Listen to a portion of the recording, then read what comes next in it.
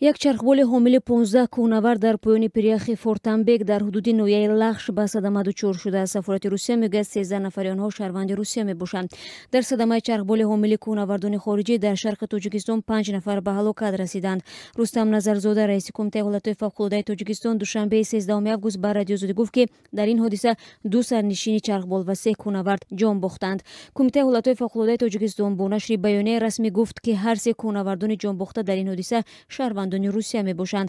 2 сарнишини чархбол ки ба ҳалокат расиданд тоҷиконанд. ба гуфтаи мақомот, чархбол бинобар шамоли сахт ва ҳавои тира ба садама дучор шудааст. Сафорати Русия дар Тоҷикистон ҳам рӯзи 13 август бо нашри як хабарнома гуфт, чархболе ки дар пиряхи Фортамбек ба садама дучор шуд, ҳомили 15 кӯҳнавард ва 3 сарнишин буд. ба итлои Сафорати Русия, 13 тан аз ин кӯҳнавардон шаҳрвандони Русия ва як нафари аз Беларусу Испания мебошанд.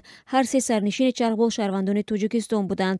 кумитаи ҳолатҳои фавқулоддаи Тоҷикистон қаблан гуфта буд, ҳамаи кӯҳнавардон ва 3 сарнишини чархболе ки рӯзи гузашта дар поёноби пиряхи Фортамбек дар ҳудуди ноҳияи Лахш ба садама дучор шуд ва сахт ба замин нишаст зинда ҳастанд. мақомоти маҳаллӣ дар Лахш мегӯянд, дар ҳоли ҳозир 6 нафар, 5 кӯҳнавард ва 1 узви ҳайати парвоз ба бемористони ноҳияи Лахш интиқол дода шудаанд.